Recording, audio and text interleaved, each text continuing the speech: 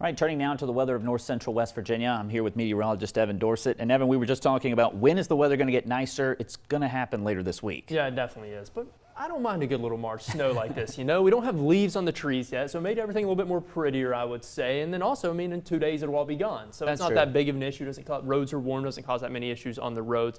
What we're going to take a look at now, though, is those snowfall reports from across our region, where, I mean, this was definitely an event that overperformed anybody's expectations of it as of what we were thinking yesterday morning, even going into early yesterday afternoon before that really heavy band of snowfall developed in order to cross our region. That's when I kind of knew, like, oh, yeah, this one's definitely got some thump to it. This one's going to over-deliver expectations, and that's what has happened. I mean, see multiple reports of 8 inches, and these are all as of this morning. So, I mean, I'm sure Davis is likely at least 10 inches of snow now that we've added on top of the snow showers they've been seeing pretty persistently up in the mountains today. So many reports of over 6 inches. Under lower elevations, a little bit less because we didn't really add much on top of it today. So Elkins 4 inches, Glenville 5, Fairmont area 3.5, around 4 inches in the Clarksburg, Bridgeport areas. But still, nonetheless, a very, very impressive little March snowfall event that overperformed anybody's forecast that we're trying to predict how much we're going to get. But here's current satellite and radar where we still have snow showers working across our region. Most of these are light and they're very spotty off and on.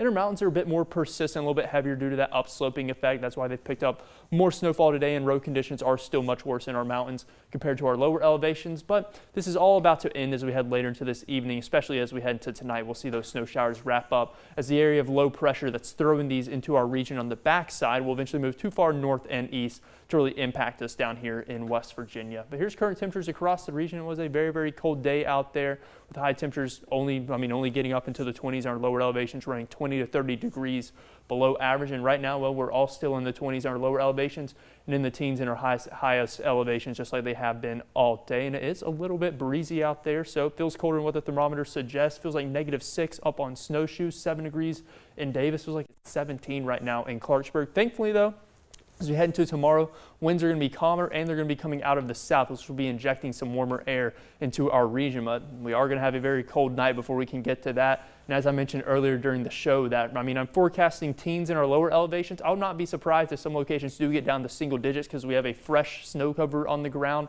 And what we also might have is some clear periods of clear skies overhead tonight. That can supply a lot of radiational cooling, and that can really surprise you sometimes with how cold it will allow those temperatures to get. So be on the lookout for that. But no matter where you are, it's going to be a very cold night out there tonight. But then tomorrow, we're going to remain very chilly out there, very winter-like. Not going to feel like it's the middle of March, but not as bad as today. And winds will be very light and coming out of the south. We don't really have a wind chill factor at all today. Just a kind of a chilly mid-January-like day tomorrow. But let's watch the futurecast play out. We see snow showers come to an end late this evening into tonight. And there's that potential period of some clear skies, which could allow for those temperatures to really drop out there across the region. But as we head throughout the day tomorrow, it's going to have mostly cloudy skies and chilly temperatures. And the futurecast here just try to provide us with a few snow showers during the late hours of tomorrow evening, maybe into the early AM hours of Thursday. I don't really believe that these are going to come to fruition, but it's not impossible. And if they do happen, there'll likely be little to no impact associated with those. And as we head into Thursday, it's when real nice spring-like temperatures are going to return. But during the later PM hours of Thursday, we are going to have an area of light to moderate rain quickly work across our region. That's going to have little to no impacts, though. So not too worried about that. And as we head into Friday, expect another very nice spring-like day. So here's how much rain that we were just looking at in the futurecast, the area of rain. This is how much it's actually forecasted to put down by our graph model right here, and nobody really seeing much more than 1/10 of an inch, nobody even approaching really 1/4 of an inch, so not too big of a deal at all, just can make things a little bit wet out there. But good news, for the next 10 days, we're not seeing any type of cool down like the one we just saw. We're going to get warm as we head into this weekend, maybe cool down a little bit behind that, and then kind of gradually warm back up again. And even looking further past 10 days at the 8 to 14 day outlook, we can see above high temperatures forecasted for all of West Virginia as we look at the March 25th to 31st timeframe. So that is good news that over the next 2 weeks, not seeing any cold shots similar to what we have just seen as we headed into late yesterday and into today. That's continuing into tomorrow with a very chilly day on deck Wednesday, and then we gradually warm up throughout the remainder of the week. This weekend could see some spots rise up into the low 70s in our lower elevations where we cool down a little bit behind that and then warm back up.